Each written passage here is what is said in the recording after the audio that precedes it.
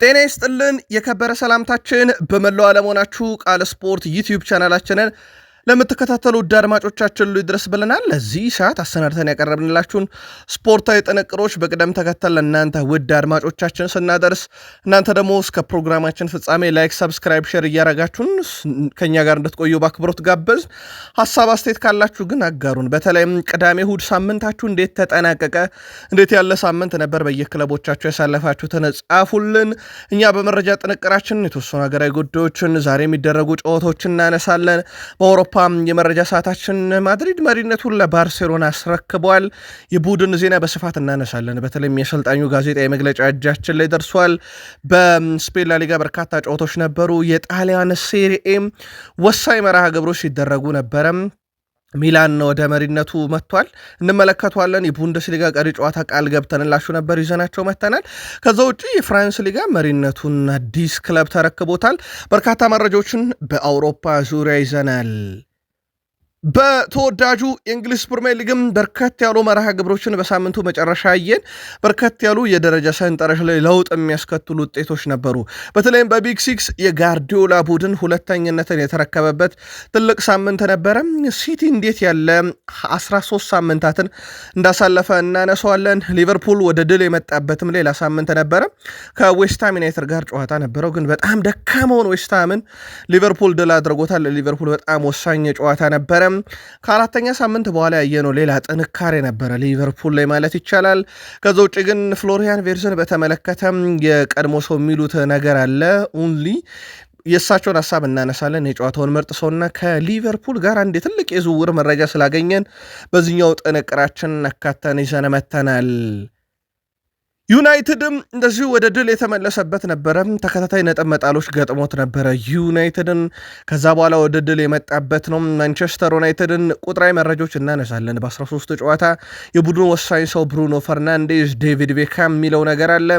ከዛ በዘለለ ማንቸስተር ዩናይትድ ቡድን በዚህ ዓመት የተፋለማቸውን ቡድኖች የተለየ ጥንቅር እናነሳለን። ከጉዳት የመጡት ተጫዋቾችን ጨምሮ ማንቸስተር ዩናይትድ ቤት በርካታ ለውጦች አሉ። ቀጣይ 4 ጨዋታዎችን ለማንሳትም ግድ የሚለን አጋጣሚ አለ። ከዛ ውጭ ከዩናይትድ ጋርም አንድ ዝውውር እናነሳለን። በመላው ዓለም ሲጠበቅ የነበረው የለንደን ደርቢ ጨዋታ ብዙ ድራማ፣ ብዙ ትዕይንቶች ነበሩት።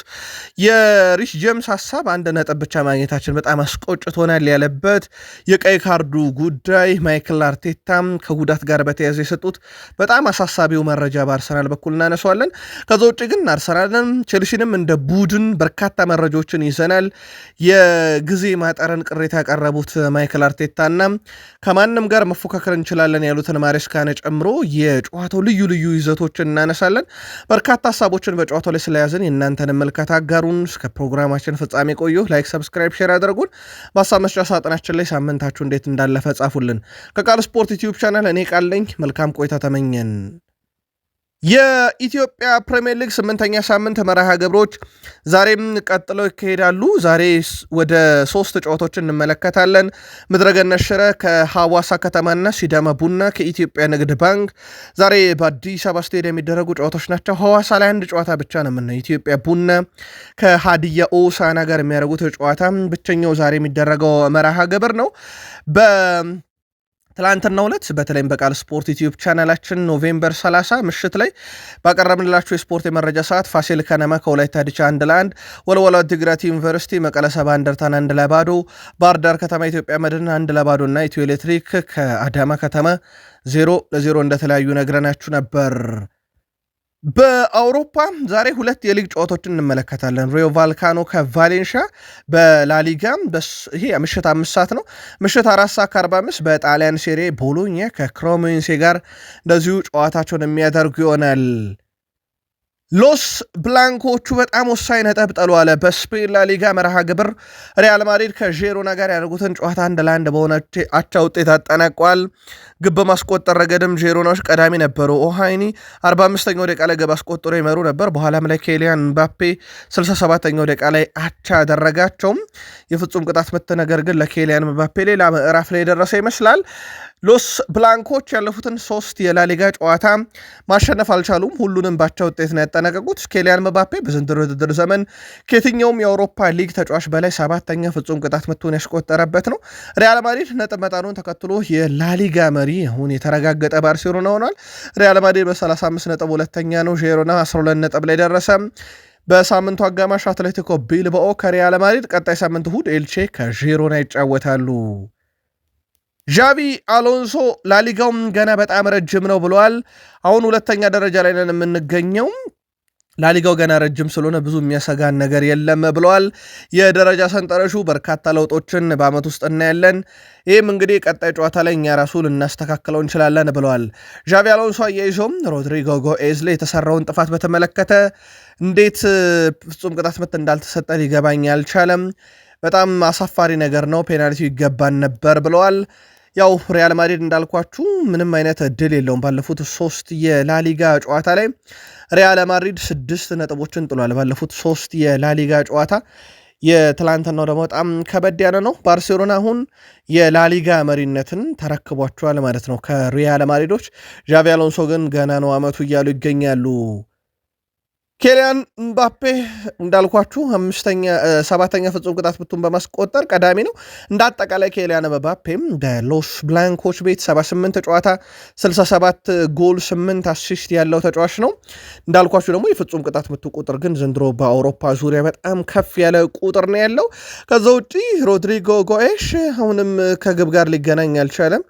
ማሪያኖ ዲያስ 30 ጨዋታዎችን ያለ ግብ በሪያል ማድሪድ ከተጓዘ በኋላ አሁን ይህንን ቁጥሩን ተስተካክሎታል። 30ኛ ጨዋታው ላይ ደርሷል ሮድሪጎ ጎኤሽ ያለ ግብ ማለት ነው። ሪያል ማድሪድም በጨዋታው ነጥብ ጥሏል። እንዳጠቃላይ ግን የሪያል ማድሪድ ጉዞ ጅማሮ ጥሩ ነበረም፣ በወጥነት ድሎችን እያደረገ ነበረም። ግን ያለፉት 3 እና 4 ጨዋታ ላይ ሪያል ማድሪድ የወጥነት ችግር እያየንበት እንገኛለን። በላሊጋም እንግዲህ መሪነቱን ከዛ ሁላ ነጥብ ለባርሴሎና በዚህ ሳምንት አስረክቦታል። ሌሎችም መርሃ ግብሮች ሲደረጉ ነበረም። ኤስፓኞል ከሜዳ ውጭ ሼልታን ገጥሞ በጋርሼ 86ኛ ደቂቃ ግብ 1-0 በሆነ ውጤት ድል አድርጓል። ሪያል ቤትስ ከሜዳ ውጭ ሼቪያን 2-0 ነው ድል ማድረግ የቻለው። ፎር ነልስ 54ኛው ደቂቃ ላይ፣ አልቲማሪያ 68ኛው ደቂቃ ላይ ሁለቱን ግቦች ለሪያል ቤትስ የማሸነፊያዎቹን ሲያስቆጥሩ፣ ሪያል ሶሴዳድ ከቫሌንሺያ ያደረጉት ጨዋታ ነበረ። ቫሌንሺያ 3-2 አሸንፏል። ፔሬስ 31ኛው ደቂቃ ላይ፣ ሊሮ 57ኛው እና እንደዚሁም 95ኛው ደቂቃ ላይ ገቦቹን ሲያስቆጥሩ ለሪያል ሶሴዳድ ሶሎር 60ኛው ደቂቃ ላይ፣ ባርኔትሻ 87ኛው ደቂቃ ላይ ግቦቹን እንደዚሁ ማስቆጠር የቻሉበት ነው። የስፔን ላሊጋን ባርሴሎና በ34 ነጥቦች አንደኛ፣ እንዲሁም ሪያል ማድሪድ በ1 ነጥብ ዝቅ ብሎ በ33 ነጥብ ሁለተኛ፣ ቪላሪያል በ32 ነጥብ ሶስተኛ፣ አትሌቲኮ ማድሪድ በ31 ነጥብ 4ኛ ደረጃ ላይ እንደዚሁ መቀመጥ የቻሉበት ሳምንት ነው ከ14ኛ ሳምንት በኋላ። በጣሊያን ሴሪ መርሃ ግብር ናፖሊ ከሮማ ጋር ያደረጉትን ጨዋታ 1-0 በሆነ ውጤት ድል ማድረግ ችለዋል። የናፖሊን የማሸነፊያ ግብ 36ኛው ደቂቃ ላይ ዴቪድ ኔሬሽ ነው ማስቆጠር የቻለው። በናፖሊ በኩል ነጥባቸውን 28 ያደረሱበት ነው። ቀጣይ ሳምንት ናፖሊስ በጣም ወሳኝ ጨዋታ ይጠብቃቸዋል ከካግላሪ ጋር። ተሸናፊው ሮማም 27 ነጥቦች ላይ ነው ያለው። በጣም ወሳኝ የተባለ መርሃ ግብር ላይ ነው ናፖሊ ነጥብ ያገኘው። ሌላኛው መርሃ ግብር አታላንታን ከፊዮረንቲና ያገናኘ ጨዋታ ነበረ። ባለሜዳው አታላንታ 2-0 በሆነ ውጤት እንደዚሁ ድል ያደረገበት ነበረ። ኮንሱን 41ኛው ደቂቃ ላይ፣ ሉክማን 52ኛው ደቂቃ ላይ ሁለቱን የባለሜዳውን ቡድን አታላንታ የማሸነፊያ ግቦች እንደዚሁ ከመረብ ያሳረፉበትና አታላንታ ከጨዋታው ድፍን 3 ነጥብ እንዲያስገኙ ያስቻሉ ጎሎች ነበሩ። ኢንተርም በተመሳይ 2-0 በሆነ ውጤት ነው ፔዥያን ያሸነፈው። ላውታሮ ማርቲኔስ 69ኛውና 83ኛው ደቂቃ ላይ ሁለቱን የማሸነፊያ ግቦች እንዲሁ በጨዋታው ላይ ማስቆጠር የቻለበት ነበረ። ሌላኛው መርሃ ግብር ሊሴ በሜዳውና በደጋፊ ቶሪኖን 2-1 ያሸነፈበት፣ ኩሊባሊ 20ኛው በሃንዳ 22ኛው ደቂቃ ላይ ሁለቱን የማሸነፊያ ግቦች ሲያስቆጥሩም ለቶሪኖ ብቸኛዋን ግብ አዳምስ ነው 57ኛው ደቂቃ ላይ ማስቆጠር የቻለው። ውጤቱን ተከትሎ ኤሲ ሚላን መሪነቱን እንግዲህ አጠናክሮ ቀጥሏል በ28 ነጥብ በአንድ የግብ ክፍያ ናፖሊን በልጦ ነው አንደኛ የተቀመጠው። ናፖሊ በ28 ነጥብ እና በአንድ የግብ ክፍያ ዝቅ ብሎ ሁለተኛ ተቀምጧል። ኢንተር ግብ ደረጃ ዘንድሮ በርካታ ግብ ልዩነት ያለው የመጀመሪያው ቡድን ነው። ከቦሎኛ ደግሞ ይከተሏል። ኢንተር በ27 ነጥብ ሶስተኛ ነው። ሮማ በ27 ነጥብ በግብ ክፍያ አንሶ አራተኛ። ቦሎኛ አንድ ቀሪ ጨዋታ ዛሬ ያለው ድል የሚያደርግ ከሆነ ያለምንም ጥርጥር 27 ነጥቦች ላይ መግባት ይችላል። ያለው የግብ ልዩነት ደግሞ ከሮማ የተሻለ ስለሆነ ደረጃውን መቀበል ይችላል። ኮሞ የሴስክ ፋብሬጋሱ ቡድን በ24 ነጥቦች ስድስተኛ ደረጃ ላይ ተቀምጧል። የጀርመን ቡንደስሊጋ መርሃ ግብሮች እንደዚሁ ቀጥለው ሲካሄዱ ነበረ። በ12ኛ ሳምንት ፍራይቡርግን ከሜንዝ ያገናኘው ጨዋታ አንደኛው ነበረ። ባለሜዳው ፍራይቡርግ ሜንዝን 4-0 በሆነ ውጤት ድል አድርጎታል። ኩብለር 12ኛው ደቂቃ ላይ፣ ግሩፍ 26ኛው ደቂቃ ላይ፣ ማንዣምቢያ 50ኛው ደቂቃ እና ኦስቴርጌ 90ኛው ደቂቃ ላይ ሲያስቆጥሩ በሜንዝ በኩል ኔብል 28ኛው ደቂቃ ላይ በቀጥታ ቀይ ካርድ ከሜዳ ወጥቷል። ስለዚህ ፍራይቡርግ 4-0 በሆነ ውጤት ድል አደረገ። ባቻ ውጤት የተጠናቀቀ ጨዋታ ደግሞ ነበረ። አይንትራክ ፍራንክፈርትን ከወልቭስበርግ ያገናኘ ጨዋታ ነበረ። ጨዋታው 1-1 በሆናቸው ውጤት ተጠናቀቀ። ግብ በማስቆጠር ረገድ ወልቭስበርግ ዛንቲር 67ኛው ደቂቃ ላይ መሪ ያደረጋቸው፣ በኋላም ላይ ለአይንትራክ ፍራንክፈርት ባት ሽዋይን 96ኛው ደቂቃ ላይ ግብ አስቆጥሮ ጨዋታው 1-1 በሆናቸው ውጤት ተጠናቋል። ሃምቡርግ በሜዳው ስቱትጋርትን 2-1 አሸንፏል። ያልተጠበቀ ውጤት ነው ለሃምቡርግ። ጋልቴዝ 17ኛው ደቂቃ ላይ፣ ቬራ 94ኛው ደቂቃ ላይ ሲያስቆጥሩ ለስቱትጋርት ብቸኛዋን ግብ ውንዳቭ ነበረ ማስቆጠር የቻለው። በሃምቡርግ በኩል ሮሲንግ ኤሌስቲ 81ኛው ደቂቃ ላይ በሁለተኛ ቢጫ ካርድ ከሜዳ ወጥቷል።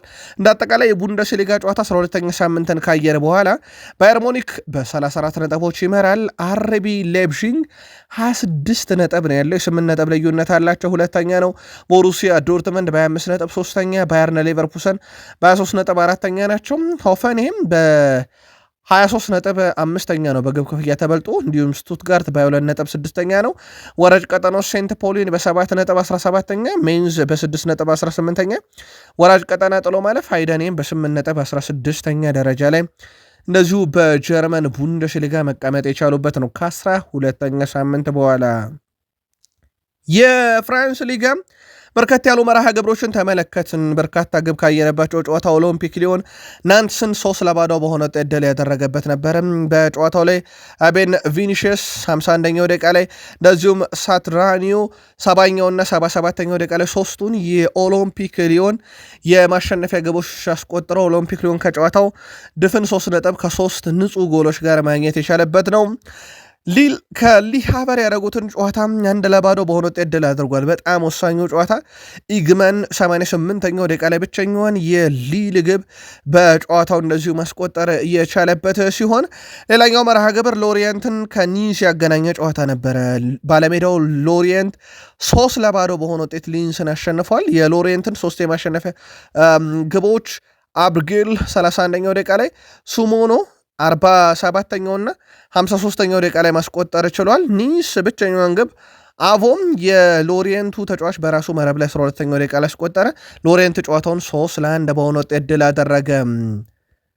ሌላኛው መርሃ ግብር ሌንስን ከአንገርስ ያገናኘ ጨዋታ ነበረ። በትልቁ ሲጠበቅ የነበረ ጨዋታ ነው። ሌንስ ከሜዳ ውጭ አንገርስን 2-0 በሆነ ውጤት ድል አድርጓል። ቱቭኒ 45ኛው ደቂቃና እንደዚሁም 74ኛው ደቂቃ ለሁለቱን ግቦች ሲያስቆጥሩ ለአንገርስ ሃሮና ነው 76ኛው ደቂቃ ላይ ብቸኛዋን ግብ ያስቆጠረላቸው፣ ግን ቡድኑን ከሽንፈት ያልታደገች ግብ ነበረች። ስትራስቡርግ በሜዳውና በደገፊት በብሪስት 2-1 ተሸንፏል። የብሪስትን 2 የማሸነፊያ ግቦች ዲል ካስቴሎ በፍጹም ቅጣት ምትና ማንጁዌት 82ኛው ደቂቃ ላይ ቀሪዋን ግብ አክሏል። በስትራስቡርግ በኩል ከሽንፈት ያልታደገቻቸውን ግብ አሞ አሚዮ 11ኛው ደቂቃ ላይ ነበረ ማስቆጠር የቻለው። የፍራንስ ሊጋ መሪ ቀይሯል። ሌንስ በ31 ነጥብ መራ። ተሸናፊው በዚህ ሳምንት ፓሪሰን ጀርሜን በሞናኮ በ30 ነጥብ ሁለተኛው ነው። ስለዚህ ሁለት ቡድኖች ብቻ ናቸው 30 ነጥብ ያላቸው። ማርሴይ በ29 ሶስተኛ፣ ሊል በ26 ነጥብ አራተኛ፣ ሬንስ በ24 ነጥብ አምስተኛ፣ ኦሎምፒክ ሊዮን በ24 ነጥብ ስድስተኛ ደረጃ ላይ በፍራንስ ሊጋ ከ12ኛ ሳምንት በኋላ ተቀምጠዋል። አጫጭር መረጃዎችን እናንሳና ወደ ፕሪሚየር ሊግ እንሻገር። ራውል አሴንሲዮ ጉዳት እንዳጋጠመው ሪያል ማድሪዶች ይፋ አድርገዋል። ማርካ ይዞት መወጣው መረጃ መሰረት ተጫዋቹ ጉዳት አጋጥሞታል። ስለዚህ በቀጣይ ጨዋታ ላይ የመገኘቱ ነገር በጣም አጠራጣሪ ነው ተብሏል። ሌላኛው የባርሴሎና ተጫዋች ላሚን ያማል በሳምንቱ ማህበራዊ ትስስር ገጹን የተቆጣጠረ ተጫዋች እንደነበረ ይታወቃል። በተለይም ለየት ያሉ ድሪብሎቹ በሳምንቱ አዝናኝ ነበሩ። በተለይም ተጫዋቾች እርስ በርስ እንዲጋጩ ያደረገበት አንድ አጋጣሚ ልዩ ነበር። በሳምንቱ ካስቆጠራት ግብ በኋላ የላሚን ያማል በዚህ ዓመት ግብ አስተዋጽኦ በየ72 ደቂቃው ጭምር እንዲሆን ያደረገበት ሌላ በጣም አስደናቂ ምሽት ነበረ። በሳምንቱ ሌላው የሜሲ ቡድን የኢስተርን ኮንፈረንስ ሻምፒዮን የሆነበት ለአሜሪካ ሜጀር ሊግ ሶከር የፍጻሜ ጨዋታ የደረሱበት ነበረ። ሜሲ እንዳጠቃላይ ለኢንተር ማያሚ 87ኛ ጨዋታን ያደረገበት ሳምንት ነበረ። በእነኚህ 87 ጨዋታ 118 የግብ አስተዋጽኦ፣ 77 ግብ፣ 41 አሲስት፣ 6 የቅጣት ምት ግብ፣ 4 ፍጹም ቅጣት ምት፣ 3 ዋንጫ የአሜሪካ ሜጀር ሊግ ሶከር ለፍጻሜ ደርሷል። የሜጀር ሊግ ሶከር ምርጡ ተጫዋች እየተባለ ይገኛል። ካሁኑ በጣም አስደናቂ የሚባል ጊዜን እያሳለፈ ይገኛል። ለማንኛውም የአሜሪካ ሜጀር ሊግ ሶከር ዋንጫን ያሳካታል አያሳካትም በዚህ ዓመት የሚለው ደግሞ በቀጣይ ሳምንት በትልቁ የሚጠበቅ መርሃ ግብር ነው። ውድ የቃል ስፖርት ዩቲዩብ ቻናል ቤተሰቦቻችን ከእናንተ ከሆነው ቃል ስፖርት ዩቲዩብ ቻናል የሰዓቱን አጫጭር ስፖርታዊ ጥንቅሮች እያጋራናችሁ እንገኛለን። ከተወዳጁ የእንግሊዝ ፕሪሚየር ሊግ ታላላቅ ክለቦች ብቻ ወዳገኘናቸው የዕለቱ ጥንቅሮቻችን እንሻገር። ላይክ፣ ሰብስክራይብ እና ሼር እያረጋችሁን አብራችሁን ቆዩ። ሳምንታችሁ ግን እንዴት አለፈ? ጻፉልን። መልካም ቆይታ ተመኘን። በድጋሚ ኖቲንጋም ፎረስት በጣም አስከፊ ጉዞ ላይ ነው የሚገኘው። አሁንም ወደ ተከታታይ ድል መምጣት አልቻለም ቡድኑ። ያውም ትላንት በሜዳው በሲቲ ግራውንድ ነው ጨዋታ ያደረገው። ብራይተን 2-0 ተሸንፏል። በእርግጥ 52% ጨዋታውን ተቆጣጠሩት ነበር የሻንዳይቹ ቡድን ኖቲንግሃም ፎረስት። ብራይተን 2-0 አሸንፏል። ማክሲም 45ኛው ደቂቃ ተጠናቆ በጭማሪው አንደኛው ደቂቃ ላይ እንደዚሁም ቲስማስ ከረፍተ በኋላ 88ኛው ደቂቃ ላይ ግብ ያስቆጠረበት ነበር። በጨዋታው ላይ አንድ ቢጫ ካርድ ነው ያየ ነው ብራይተን በኩል ማትስ ዊፈር 44ኛው ደቂቃ ላይ ካያት የቢጫ ካርድ ውጪ በጨዋታው ላይ ምንም አይነት ቢጫ ካርድ አልነበረም። በጣም ፍሎ የነበረው ለመሸናነፍ ሁለቱም ቡድኖች ጥረት ያደረጉበት ቆንጆ ጨዋታ ነበረ። ግን የኖቲንግሃም ፎረስት ጉዞ በወጥነት አሁንም ሊታጀብ አልቻለም። ምናልባት ለሻንዳይችም ሌላ ፈተና ይዞ እየመጣ ያለ ዓመት ይመስላል። ቪላ በሜዳውና በደጋፊ ፊት ወልቭስን 1-0 አሸንፏል። ምናልባት ቅድመ ግምቶች ሁሉ ወደ ቪላ ያመሩበት ነበረ። እንደ ወልቭስ ደካማ ቡድን በፕሪሚየር ሊግም በአውሮፓ ዙሪያም መፈለግ ይቸግራል። በጣም ደካማ የውድድር ዓመትን እያሳለፈ ነው ወልቭስ። በፕሪሚየር ሊጉ የተሳካ ጨዋታ ድል እንኳን ማስመዝገብ አልቻለም። ለማንኛውም ካማራ ነው 67ኛው ደቂቃ ላይ ገቢ ያስቆጠረው። በወልቭስ በኩል ጆን አሪስ በቀይ ካርድ ወጥቶ ነበረ። በኋላም ላይ ግን በቫር ወደ ቢጫ እንዲቀየርለት አድርጓል። ጄምስ ስትራንድ ላርሰን 16ኛው ደቂቃ ላይ ግብ አስቆጥሮ ነበር ለወልቭስ። በቫር የተሻረች ግብ ናት። ካማራ በአስቶን ቪላ በኩል እንደዚሁም የርሰን በወልቭስ በኩል የግብ አግዳሚና ቋሚ እንግዲህ ኳስ የመለሰባቸው አጋጣሚ ነበሩ።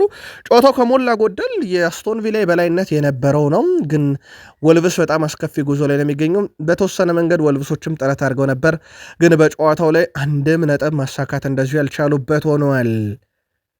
የጋርዲዮላው ቡድን ማንቸስተር ሲቲ ሳምንቱን በጣም ደካማ ተጋጣሚ ግን ደግሞ ሜዳ ላይ በጣም ጠንካራ የነበረውን ሊድስን በስተመጨረሻ ደቂቃ በተገኘች ግብ ድል ካደረገ በኋላ ሁለተኝነቱን አስጠብቋል። ምናልባት መረጃውን አንስተናል ለሲቲ ደጋፊዎች ለማስታወስ ያክል ብቻ ፊልፎደን 59ኛው ሰከንድ ላይ ግብ አስቆጠረ። ከማቲያስ ኑኔስ ያገኛትን ኳስ ጆሽኮ ግቫርዲዮል ከኒኮ ኦሪየል ያገኛትን ኳስ 25ኛው ደቂቃ 2-0 ሲቲ እየመራ ረፍት ወጡ። ከረፍት በኋላ ግን ዶሚኒክ ካልቨርት ሌዊን ለሊስ 49ኛው ደቂቃ ላይ እንደዚሁም ሉካስ ኔሜቻ 68ኛው ደቂቃ ላይ አቻርጎ ለሲቲ ጭንቅ ነበረ ጨዋታው። በኋላም ላይ ፊል ፎደን 91ኛው ደቂቃ ላይ በጣም አስደናቂ ኳስ ከሪያን ቼርኪ አግኝቶ አስቆጥሮ ነው ሲቲን በሳምንቱ ባለድል ያደረገው። ይህ ድል ለሲቲ ብዙ ትርጉም አለው። ቼልሲና በአርሰናል መካከል የሚደረገው ጨዋታን በጉጉት ይጠብቁት ነበር ሲቲዎች። ውጤቱ ሲቲ በሚፈልገው አይነት መንገድ የተጠናቀቀ ጨዋታ ማለት ይቻላል። የአርሰናልና የቼልሲ ጨዋታ አትራፊው ሲቲ ታዲያ በዚህ ጨዋታ ላይ 25 ነጥብ ላይ ሆኖ ከአርሰናል በ5 ነጥብ አንሶ ከቼልሲ በ1 ነጥብ ልቆ በፕሪሚየር ሊጉ ሁለተኛ ደረጃ ላይ እንዲቀመጥ ያስችሎታል። በዚህ ዓመት ካረጋቸው 13ም ጨዋታ የጋርዲዮላ ቡድን 8 ድል አንዳቻ 4 ሽንፈት አለው። 27 ጎሎችን ተቃራኒ መረብ ላይ ያስቆጥሩ 12 ተቆጥሮበታል። 15 ንጹህ ግብ አለው። ከመሪው አርሰናልም ቀጥሎ በርካታ የግብ ልዩነት ያለው የጋርዲዮላው ቡድን ነው። ሊቨርፑል ወደ ድል መጥቷል። ወሳኝ ጨዋታ ላይ ነው ድሉ የተገኘው። ዌስትሃም ዩናይትድ ለንደን ስቴዲየም ድረስ ሄዶ ነው ሊቨርፑል ድል ማድረግ የቻለው። በጨዋታው ላይ እንግዲህ ከግብ ጋር ለመጀመሪያ ጊዜ የተገናኘው ኢሳክ 60ኛው ደቂቃ ላይ ሊቨርፑል መሪ ያረገም። የጨዋታው ድንቅ ኮዲ ጋክፖ 92ኛው ደቂቃ ላይ ሌላ ግብ አከለ። ፍሎሪያን ቪርዝ ግን አሁንም ከግብ ጋር ሊገናኝ ያልቻለበትን ሳምንት ነው እንደዚሁ ማሳለፍ የቻለው። የዌስትሃሙ ሉካስ ፓኬታ እዚህ ጨዋታ ላይ ቀይ ካርድ አይቷል። ዩናይትድን ከሚገጥመው ስብስብ ውጭ ይሆናል ማለት ነው። ሊቨርፑል 21 ነጥብ ላይ ደርሷል። ዌስትሃም እዛው 11 ላይ ነው የቀረው። በሳምንቱ አጋማሽ ሊቨርፑል በአንፊልድ ሮድ ስቴዲየም ሰንደርላንድን ያስተናግዳል። ዌስትሃም ደግሞ ወደ ኦልድ ትራፎርድ ተጉዞ ሐሙስ ዩናይትድን የሚገጥም ይሆናል። ጨዋታውን በቁጥራዊ መረጃ ከተነተን ነው 2-0 በሆነ ውጤት አሸነፈ ሊቨርፑል። ትልቅ የግብ ዕድል ሊቨርፑል 3 ዌስትሃም 0። 9 ሙከራ ሊቨርፑል ዌስትሃም 7። ኢላማውን የጠበቀ ሊቨርፑል 5 ዌስትሃም 0። ስለዚህ ሊቨርፑል ላይ ብዙ አደጋ አልነበረውም ማለት ነው። ተቃራኒ ፍጹም ቅጣት ምት ውስጥ እንኳን የምናይ ሊቨርፑል 20 ነክቷል ኳስ፣ ዌስትሃም 12። በኳስ ቁጥጥር ሊቨርፑል 56.2 በመቶ ሲቆጣጠር ዌስትሃም 43.8 በመቶ። የማዕዘን ምት በዌስትሃም በኩል 7 ሊቨርፑል 2። እንደዚሁም እንደ አጠቃላይ ጥፋትን ካየን ዌስትሃም 12 ጥፋት አጥፍቷል፣ ሊቨርፑል 14 ጥፋቶችን አጥፍቷል። የሁለቱ ቡድኖች ጨዋታ በእንደዚህ አይነት መልኩ ነው በቁጥር ደግሞ ከተመለከት ነው። በአራተኛ ሳምንት የእንግሊዝ ፕሪሚየር ሊግ ጨዋታ በርንሌን 1-0 ሊቨርፑል ካሸነፈ በኋላ ምንም ኢላማውን የጠበቀ ሙከራ ሳይደረገበት የወጣው በትላንትና ጨዋታ ላይ ነው ዌስትሃምን 2-0 ሲያሸንፍ። ስለዚህ ከአራተኛ ሳምንት በኋላ ከድልም ባሻገር እንዲሁ ሙከራ ያላስተናገደበት ነው። እንዳጠቃላይ ከ13ቱ ጨዋታ የሊቨርፑል የድል መጠንም ወደ 6 ያደገበት፣ የድል መጠን ወደ 7 ያደገበት ነው። 7ቱን ሽንፈት እንደገጠመው ይታወቃል ሊቨርፑል በዚህ ሲዝን ላይ። ፍሎሪያን ቪርዝን በተመለከተ ግን አሁንም ከግብ ጋር ሊገናኝ አልቻለም። ፍሎሪያን ቪርዝን ጉዳይ በተመለከተ እንደሚታወቀው ከ500 ሚሊዮን ዩሮ በላይ አውጥቷል ሊቨርፑል እንዳጠቃላይ። ግን ደግሞ የፍሎሪያን ቪርዝ ደካማ መሆን ምክንያት ምንድን ነው በሚል የቀድሞ ጀርመናዊ ሰው ኦንሊ ሆይነብ የፍሎሪያን ቪርዝ ችግር ኳስ እየደረሱ አለመሆኑ ነው። ሳላህም ዶሚኒክ ሴቦዝ ላይም ኳስ እየሰጡት አይደለም፣ ለዛ ነው እያየ ነው ያለው ነው ብሏል። ይህንን ተጫዋች በእርግጥ ብዙ የሚነሱ ቅሬታዎች አሉ ከፍሎሪያን ቪርዝ ግብ ማጣት ጀርባ። ግን ትላንትና የኢሳክ ግብ ስትቆጠር አሲስት ያደረገው ጋክፖ ነበር። ለጋክፖ ኳሷን አመሻሽቶ ያቀበለው ደግሞ ፍሎሪያን ቪርዝ ነበር። በዚሁ ጋክፖን እናንሳ። የጨዋታው ድንቅ ነበረ። ትላንትና ግብም አሲስትም ነበረው።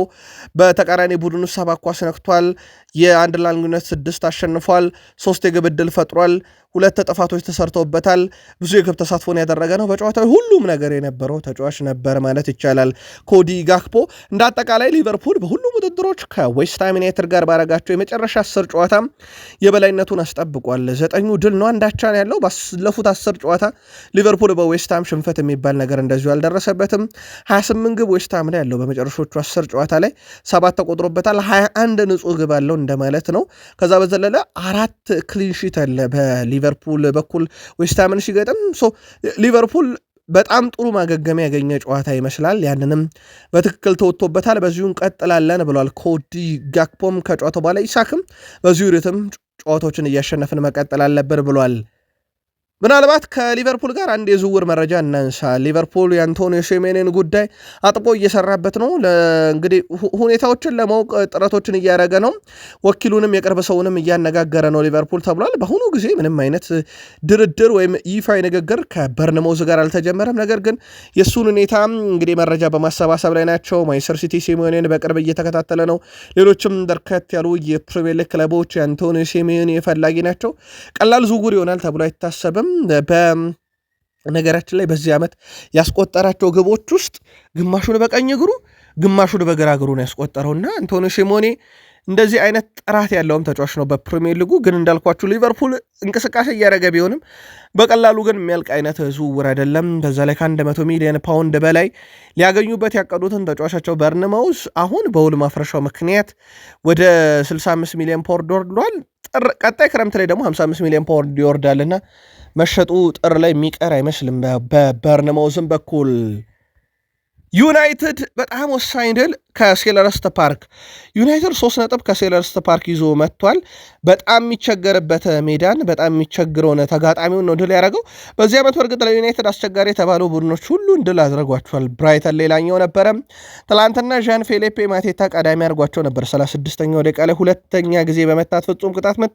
ከረፍት በኋላ ጆሽኳ ዜርኪዚ በጣም አስደናቂ ኳስ ከብሩኖ አግኝቶ ቅጣት ምት ናት 54ኛው ደቂቃ ላይ ያረጋቸው ሜሰን ማውንትም እዛው ብሩኖ ያስጀመረለትን ቅጣት ምት 63ኛው ደቂቃ ላይ አስቆጥሮ ዩናይትድ 2-1 አሸነፈ።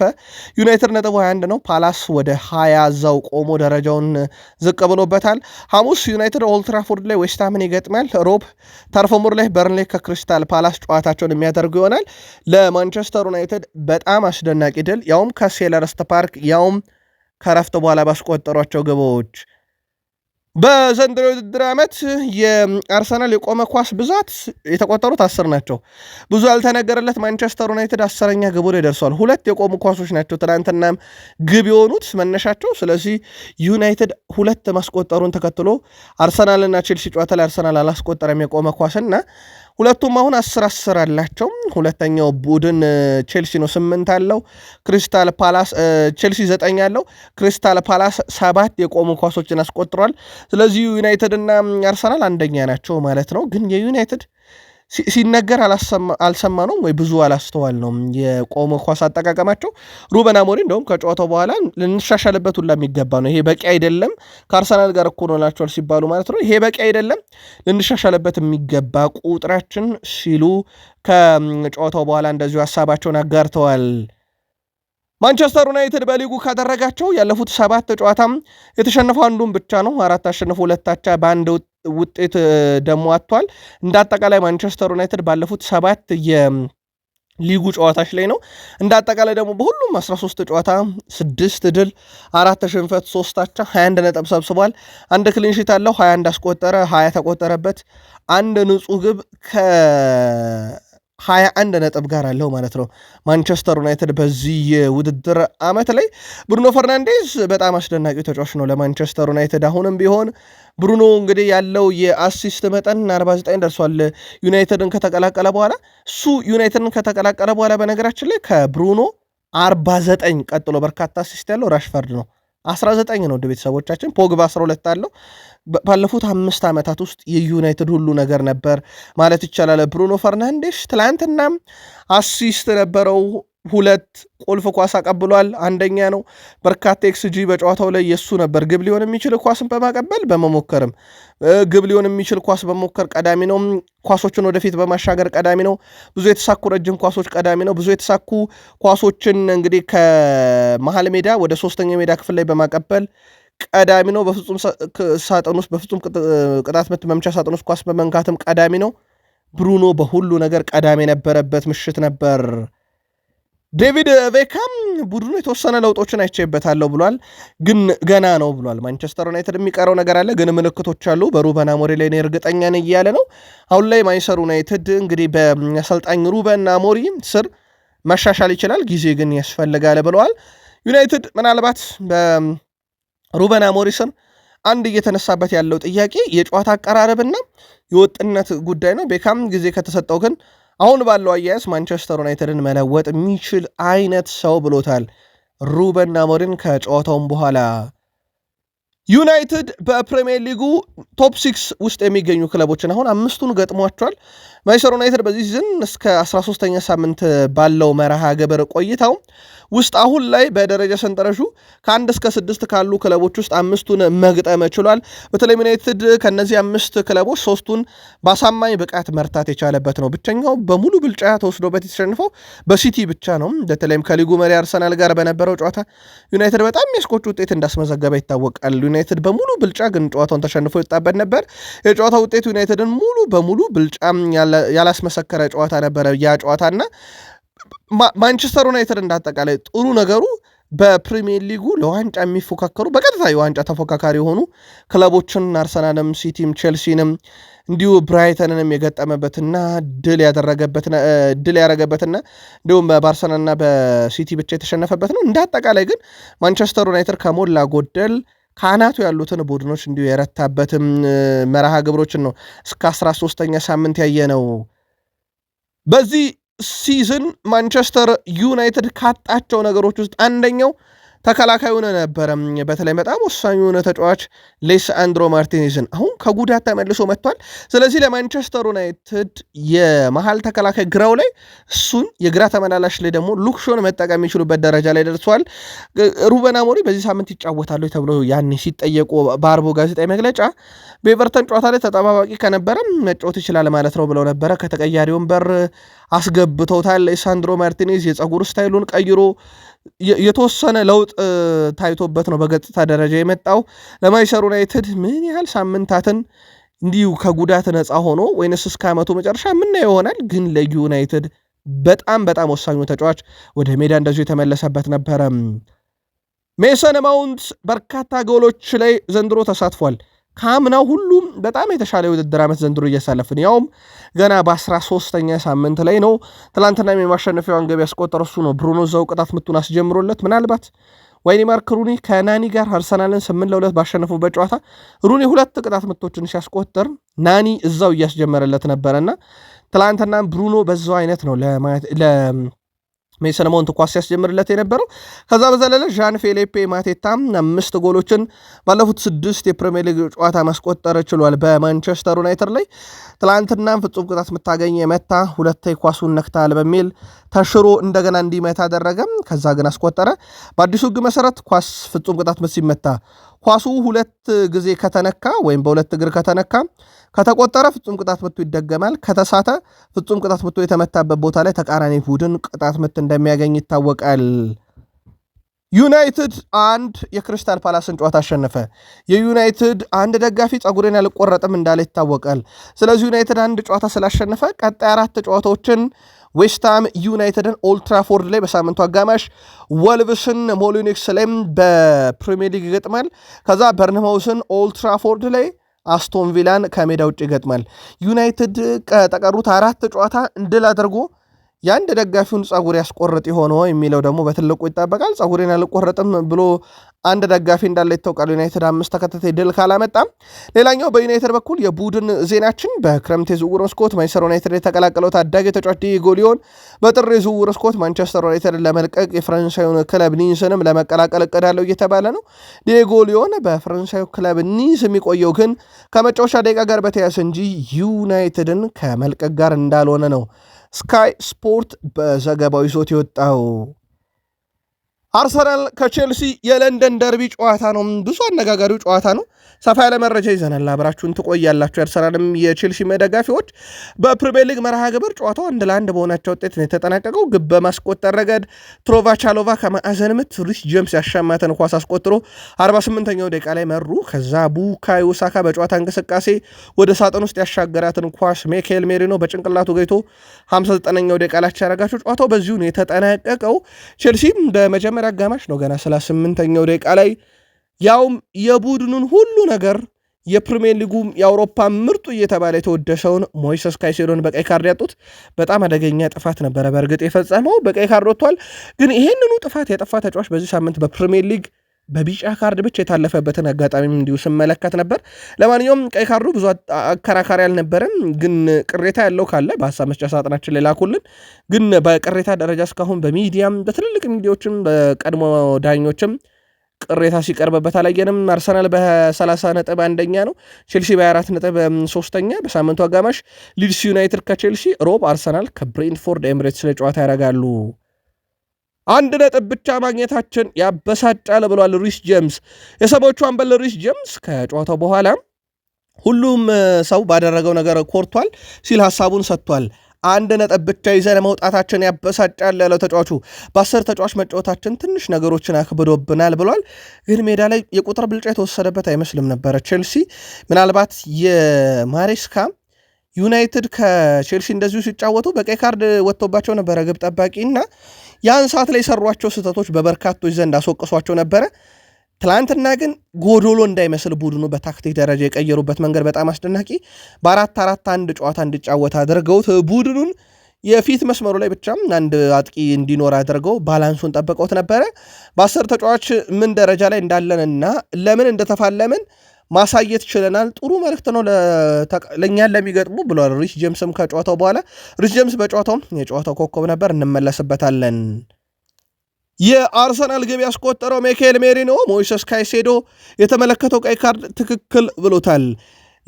ስለ ጨዋታው የተጠየቀው ሚኬል ሜሪኖ በአንድ በኩል ባለማሸነፋችን በጣም ተበሳይተናል፣ በሌላ በኩል ደግሞ አመቱ ገና ነው፣ ገና ብዙ የሚቀረን ነገር አለ፣ ረጅም እንደሚሆንና እንግዲህ በየስቴዲየሞቹ በርካታ ጨዋታ እንዳሉ እናውቃለን፣ እድሎች እንጠቀማለን፣ ጥሩ አስተሳሰብ አለንም ብሏል። ይህንን ማሊያ ስትለብስ ማሸነፍ ትፈልጋለ ያለው ሜሪኒዮ ስለ ካይሴዶ ቀይ ካርድ ያነሳው ሜሪኒዮ እግሬን ተሰምቶኛል፣ ነገር ግን እንደ እድል ሰውነቴ ተለዋዋጭ ነው፣ ቀይ እንደሆነ ግን አውቅ ነበር ብሏል። ጥፋቱ እንደተሰራብኝ ያው የውስጥ እግሩ ነው እንግዲህ ኳሷ ካለፈች በኋላ በውስጥ እግሩ ነው የቆመበት ሞይሰስ ካይሴዶ በጣም አደገኛ ጨዋታን በሚል አልቢትሩ በቫር ታግዘው በቀይ ካርድ ያስወጡት። የመድፈኞቹ ዋና አሰልጣኝ ማይክል አርቴታ ጋብርኤል ማጋሌሽ ለበርካታ ሳምንታት ከሜዳ ይርቃል ብለዋል። ትላንት ሳሊባም በጉዳት ምክንያት ጨዋታ ላይ እንዳልነበረ ይታወቃል። የሳሊባ ጉዳይ የከፍ አይደለም፣ ዛሬ ተጨማሪ ምርመራ እናደርግበታለን ካሉ በኋላ የማጋለሽን ጉዳይ ግን አምነዋል። በስተመጨረሻ ምሳቸው በእርግጠኛም ነግረናቸዋል ከፈረንጆች አዲስ ዓመት በፊት እንደማይመለስ። በዊሊያም ሳሊባ በኩል ዛሬ ተጨማሪ ምርመራ ይደረጋል። ከጨዋታ በኋላ አስተያየታቸውን የሰጡት አሰልጣኙ ወሳኝ ተጫዋቾቻችን በጉዳት እያጣን ነው ብለዋል። አምና አርሰናል ለምን ዋንጫ አልበላም ሲባሉ ጉዳትና ቀይ ካርድ አሉ። ዘንድሮ እስከ 13ኛ ሳምንት ካርድ የሚባል ነገር በቀይ ካርድ በኩል አልተመለከቱም። በእርግጥ ቢጫ ካርዱ ትላንትና ሌላ ደረጃ ላይ ደርሶ ነበር፣ ግን በጉዳት ደረጃ ካምናው ያልተሻሻለ ቡድን ሆኗል የሳቸው ቡድን። አሁንም ቡድናቸውን ጉዳት እያሰጋው ነው። ምናልባት ቪክተር ዮኬሬሽ ተቀይሮ ገብቷል በጨዋታው ላይ በቢጫ ካርድ አይቷል። ምናልባት ሮበርት ሳንቼዝ ላይ አንድ 50 ኳስ ለማግኘት ጥረት ካረገ በኋላ ግን ወደ ጨዋታ መመለሱ እሱም ጥሩ አጋጣሚ ነው። የሊጉ መሪ አርሰናል በሊጉ ካረጓቸው ያለፉት 3 ጨዋታ ያሸነፉት አንዱን ብቻ ነው። በቀሪ 2 ጨዋታ ነጥብ ጥሏል፣ 4 ነጥብ ጥሏል። እንዳጠቃላይ አርሰናል በውድድር ዓመቱ በሁሉ መድረክ በ20 ጨዋታ 17 አሸነፉ፣ 2 አቻ፣ 1 ተሸነፉ። ፕሪሚየር ሊጉን በ30 ነጥብ ይመራሉ። ሻምፒዮንስ ሊግ በ15 ነጥብ መሪ ናቸው። 13 ጨዋታ ከ20 መረባቸውን አላስደፈሩ። 43 ጎል ተቆጥሮ 8 ግብ ብቻ የተቆጠረበት ቡድን ነው። በዚህም ረገድ በጣም ጠንካራ የሚባል ቡድን የተመለከትነው በአርሰናል በኩል በስታንፎርድ ብሪጅም አቅንቶ ያልተሸነፈበትን 7ኛ ዓመት የተመለከትንበት ነበረ። 10 ተከታታይ ጨዋታም ክሊንሺት ይዘው የነበሩ መድፈኞቹ አሁን ግን ያ ነገር አልሆነም። 4 ጨዋታ በሁሉም ጎሎች አስተናግደዋል። በአርሰናል በኩል የሊጉ መሪ አርሰናል እንግዲህ ያለፉት ጥቂት ጨዋታ በተለይም 3ቱ ጨዋታ ላይ ያሳየው እንቅስቃሴ ደካማ መሆኑንም እየተመለከትን ነው። ምናልባት እንግዲህ እንዳሉት ሲዝኑ ገና ነው። ሚካኤል ሜሪኖም እንዳለው አርሰናል ምናልባት ወደ ድል ተከታታይ ድልነት የሚመጣበትም ሰፊ ድል እጁ ላይ ያለ የፕሪሚየር ሊጉ መሪ ነው። ከቼልሲ አንድ ቀን ያነሰ ዝግጅት ነበረን ያሉት ደግሞ ማይክል አርቴታ ልምምድ የሰራ ነው 2 ቀን ከግማሽ ብቻ ነው ያሉት አርቴታ ከቼልሲ በአንድ ቀን ያነሳል፣ እንዲሁም ወሳኝ ተጫዋቾቻችንን አተናል ብለዋል። ከዚህ በፊት አጣምረናቸው የማናቃቸውን ተጫዋቾች ለማጣመር ግድ ያለን ጉዳት ብለዋል። ፔሮ ይሄን ካፔን ከሞሽኬራ አጣምረውን ያስገቧቸው። ስለ ቀይ ካርዱ የጠየቁት አሰልጣኙ ጥፋቱን በግልጽ ማየት አልቻልኩም፣ ነገር ግን የዳኛውን ውሳኔ ያከብራለሁ ብለዋል። አክለውም ውጤት ጥሩ ውጤት ነው፣ አልተበሳጨውም። እነዚህ ለራሳችን የምናስቀምጣቸው መመዘኛ ጭምር ነው፣ ስለዚህ ራሳችንን በደንብ እንገመግምበታለን፣ በውጤቱ አልተበሳጨውም ብለዋል ማይክል አርቴታ። ምናልባት አርሰናልን 1-1 አቻ ከመጠናቀቁ በላይ ወደ 60 ደቂቃ በጎዶሎ ተጫዋች የተጫወተውን ቼልሲን ያውም የቡድኑ ቁልፍ ተጫዋች ካይሴዶን ያጣውን ቼልሲን አለማሸነፉ ግን በበርካቶች በተለይም በአርሰናል ደጋፊዎች ዘንድ እንዳስቆጫቸው ይታወቃል። ማይክል አርቴታ ግን የሚያስቆጭ አይደለም፣ የምንማርበት ነው ብለዋል። ከማንም ጋር መፎካከር እንደምንችል አሳይተናል ያሉት ማሬስካ ናቸው። የሰሞቹ አሰልጣኝ ኤንዞ ማሬስካም ቡድናቸውም በቀይ ሳይወጣበት በፊት ከአርሰናል በጣም የተሻለ እንደነበረ ተናግሯል። ብዙ እድሎችን ፈጥረናል ያሉት አሰልጣኙ ካለፈው ዓመት የተሻለነን፣ በትክክለኛው መንገድ ላይ ነን ሲሉ ተደምጧል። አክሎም ከየትኛውም ቡድን ጋር መፎካከር እንደምንችል ጥሩ መልእክት ያስተላለፍንበት ጨዋታ ነበር ብለዋል። ጥሩ እንቅስቃሴ አይተናል፣ በቀይ ሳይወጣብን የነሱ የበላይ ነበርን ያሉት ማሬስካ በ10 ተጫዋች መጫወት ከባድ ነው፣ ነገር ግን ለምደነዋል ብለዋል። በእርግጥ እውነት ነው። ቼልሲ ቀይ ካርድ የተወሰኑ ሳምንታትን ቀይ ካርድ ሲመለከት አላየንም፣ ግን ከዛ በፊት በነበሩት በተለይም ኦገስት እና ሴፕቴምበር ወር ላይ ለቼልሲ ፈተና ነበረ ቀይ ካርድ። ከቅርብ ሳምንታት እና ወራት ወዲህ ግን ቀርቷል ያ ቀይ ካርድ። ትላንትና ተመልሶ መጥቷል። ለምደነዋል ብለዋል በጎዶሎ መጫወትን። አርሰናል የፕሪሚየር ሊጉ መሪ ነው። ቀጣይ ብሬንትፎርድ፣ ቪላ፣ ወልቭስን ይገጥማል።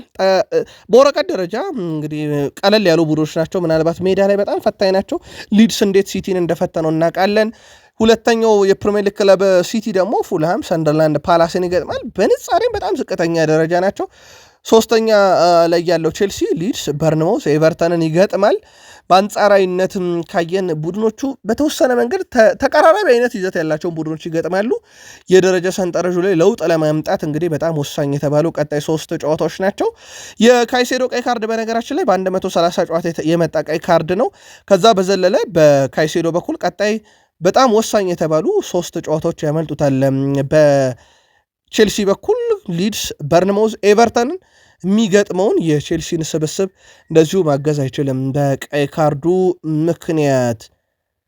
ቼልሲ በሁሉም ውድድሮች ባረጓቸው ያለፉት 7 ጨዋታ ምንም አልተሸነፉም። 7 ጨዋታ 6 ድል የዚህ ሳምንቱን በአቻ ውጤት አጠናቀቁ። በአርሰናል በኩል ደግሞ በሳምንት ውስጥ በ7 ቀን ውስጥ ቶትናምን 4-1 ባየር ሙኒክን 3-1 ካሸነፉ በኋላ ቼልሲን ጋር 1-1 ተጠናቋል። ምናልባት ለአርሰናል በጣም ጥሩ የሚባል ነው። ከገጠሟቸው ቡድኖች ከነበራቸው ቀነ ገደብ አንጻር በእንደዚህ አይነት መንገድ ላይ መገኘታቸው ለአርሰናል በተለይም አስከፊ የሚባል ጉዞ አይደለም። በአንጻራዊነት ከገጠሟቸውና ካሸነፏቸውም ነጥብ ካገኙባቸው ጨዋታ በእነኚህ 3ቱም ጨዋታ ደግሞ አርሰናል ማግኘት ከነበረበት 9 ነጥብ 7ቱን አሳክቷል። 2 ነጥብ ነው በአርሰናል እና በቼልሲ ጨዋታ ላይ እንግዲህ የጣሉት አርሰናሎች። ጋርናቾ በጨዋታው ላይ 100ኛ ጨዋታውን አድርጓል። ይህን ተከትሎ በእድሜ ትንሹ ብዙ የፕሪሚየር ሊግ ጨዋታን ያደረገ የደቡብ አሜሪካ ተጫዋችም እንደዚሁ መሆን የቻለበት ነው። ከቼልሲ በኩል ቡካዮ ሳካ ከቢግ 6 ክለቦች ጋር ቶትናም ላይ 6፣ ቼልሲ ላይ 6፣ ዩናይትድ ላይ 5፣ ሊቨርፑል ላይ 4፣ ሲቲ ላይ 3 የግብ አስተዋጽኦ አለው። ትልቅ የሚባል ቁጥር ነው። ሌላው ቲምበር ነው። ቲምበር ባለፉት 3 ጨዋታ ያደረጋቸውን እያንዳንዱን የአየር ላይ ኳስ አሸንፏል። ከቼልሲ ጋር ከ5ቱም 5፣ ከባየርን ጋር ከ3ቱም 3፣ ከቶትናም ጋር ከ3ቱም 3 ድል አድርጓል። እንግዲህ ከአርሰናል ይሄ የዘንድሮ ጠንካራ የሜዳ ክፍል ውስጥ አንደኛው ዩሊያን ቲምበርን እንደዚሁ ማንሳት እንችላለን። በጨዋታው ላይ በጣም ድንቅ አፈጻጸም ነበረው። ከዛ በዘለለ እንደዚህ አይነት ድንቅ አፈጻጸም በጨዋታ ላይ ያየንበት ሪስ ጄምስ ነው። የጨዋታው ኮከብ ነበረ። 1 አሲስት፣ 6 የመሬት ላይ ግንኙነት አሸንፏል። ከ6 የአየር ላይ ኳስ 5 አሸንፏል። ከ4 ረጅም ኳስ 3ቱ ስኬታማ ነበር። 2 ኳስ ነጠቀ፣ 1 ኳስ አቋረጠ። እንዲሁም 4 ኳስ ደግሞ ጥፋት ተሰርቶበት ቅጣት የምታስገኘ። በጨዋታው ላይ በጣም አስደናቂነቱ አንድም ጊዜ ድሪብል አልተደረገም። አርሰናል 12ኛ ሳምንት ድረስ እስከ ቼልሲው ጨዋታም 12 ቢጫ ካርድ ነበር የተመለከቱት። በ13ኛ ሳምንት ብቻ ግን 6 ደርሷል የአርሰናል ቢጫ ካርድ። ይሄ በጣም አስገራሚ የሚባል ነው። በ12 ሳምንት ያዩትን ካርድ በአንድ ጨዋታ ግማሹን አይተዋል አርሰናሎች። ይሄ በጣም አስገራሚ ቁጥር ነው። ከዛ በዘለለ በአርሰናልና በቼልሲ ጨዋታ ሁለቱም የግንባር ኳስ ነው የተቆጠሩት። ይህም በፕሪሚየር ሊጉ ሁለቱ ከፍተኛ የጭንቅላት ኳስ አስቆጣሪ ቡድኖች እንደዚሁ መሆን የቻሉበት ነበረ። በቼልሲ በኩል ግን አሁንም ቢሆን 4 ዓመት ሞልቶታል አርሰናል በፕሪሚየር ሊግ ካሸነፈ 1562 ቀን ሆኖታል። ቼልሲ አርሰናልን ድል ካደረገም የአርሰናል የበላይነት አሁንም እንደቀጠለ ነው። ምናልባት በቼልሲ በኩል አንድ መረጃ ለመጨመር ያክል ሪስ ጄምስ ቀጣይ ከሊድስ ጋር በምናደርገው ጨዋታ ላይ ላይገኝ ይችላል ብለዋል ማሬስካ። ምክንያታቸው እረፍት ነው እየተባለ ነው። አዲስ መረጃ ካገኘ እናነሰዋለን። ዛሬ የእንግሊዝ ፕሪሚየር ሊግ ጨዋታን አንመለከተም። መንዴይ ናይት ፉትቦል የለም። ስለዚህ ፕሪሚየር ሊጉ ተጠናቋል። የደረጃ ሰንጠረዡን አርሰናል ይመራዋል በ30 ነጥቦች። ሲቲ በ25 ይከተላል። ቼልሲ በ24 ሶስተኛ፣ አስቶን ቪላ በ24 በግብ ክፍያ አንሶ አራተኛ፣ ብራይተን በ22 ነጥብ በግብ ክፍያ በልጦ አምስተኛ፣ ሰንደርላንድ በተመሳሳይ 2 ነጥብ በግብ ክፍያ ከብራይተን አንሶ ስድስተኛ ነው። ዩናይትድ 7ኛ ደርሷል። ሊቨርፑል 8፣ ፓላስ 9፣ ብሬንትፎርድ 10፣ በርንማውዝ 11፣ ቶትናም ሆትስፐርስ 12፣ ኒውካስል 13ኛ፣ ኤቨርተን 14ኛ፣ ፉላም 15ኛ፣ ኖቲንግሃም ፎረስት 16፣ ዌስትሃም ዩናይትድ 17፣ ሊድስ ዩናይትድ 18፣ በርንሌይ 19፣ ወልቭስ 20 ነው። ወልቭስ ከ2 ነጥብ የዘለለ የለውም፣ 21 የግብ ዕዳ አለበት። ሊድስ፣ በርንሌይ፣ ወልቭስ ደግሞ ወራጅ ቀጠና ውስጥ ይገኛሉ። ከፍተኛ ግብ አስቆጣሪነቱን ውድ ቤተሰቦቻችን ሃላንድ በ14 ይመራል። ኢገር ቲያጎ 11 ደርሶ ሁለተኛ ነው። ዳንኤል ቤክና ዣን ፌሊፔ ማቴታ 7-7፣ አንቶኒዮ ሴሜዮኔ 6 የፕሪሚየር ሊግ ግቦችን እንደዚሁም ማስቆጠር የቻሉበት ነበር። እንደ አጠቃላይ በፕሪሚየር ሊጉ አርሰናል ከቼልሲ አቻም፣ ዩናይትድ እና ሊቨርፑል ወደ ድል የተመለሱበት፣ ቼልሲ በጣም በወሳኝ ጨዋታ በጎዶሎ ተጫዋች ነጥብ ያገኘበት፣ ወልቭስ ከ13 ጨዋታ በኋላ ምንም ጨዋታ ያላሸነፈበት፣ ሃላንድ በ14 ግብ የሚመራበት የወቅቱ የእንግሊዝ ፕሪሚየር ሊግ አሁናዊ ሁኔታ ይሄን ይመስላል። ዛሬ በኢትዮጵያ ፕሪሚየር ሊግ መድረገነት ሽረ ከሐዋሳ ከተማ ኢትዮጵያ ቡና ከሀዲያ ኦሳና፣ ሲዳማ ቡና ከኢትዮጵያ ንግድ ባንክ ጨዋታቸውን ሲያደርጉ፣ በአውሮፓ በላሊጋ ምሽት 5 ሰዓት ሪዮ ቫልካኖ ከቫሌንሻ፣ ምሽት 4:45 በጣሊያን ሴሪያ ቦሎኛ ከክሮሜንስ ይጫወታሉ። በሳምንታችሁ ግን ዘናፈታ እንድትሉ የዛሬም ጨዋታ እያያችሁ እንድትሉ ጋብዘን፣ ግን ሳምንታችሁ እንዴት አለፈ? ቅዳሜ እሁድ ላኩልን። ሰብስክራይብ ካላረጋችሁ ለ100,000 ሰብስክራይበራችን ላይክ እያረጋችሁ ድጋፍ አድርጉልን። ሀሳብ አስተያየታችሁን ስለምታጋሩን ከኛ ጋር ስለነበራችሁ አመስግነን አበቃን።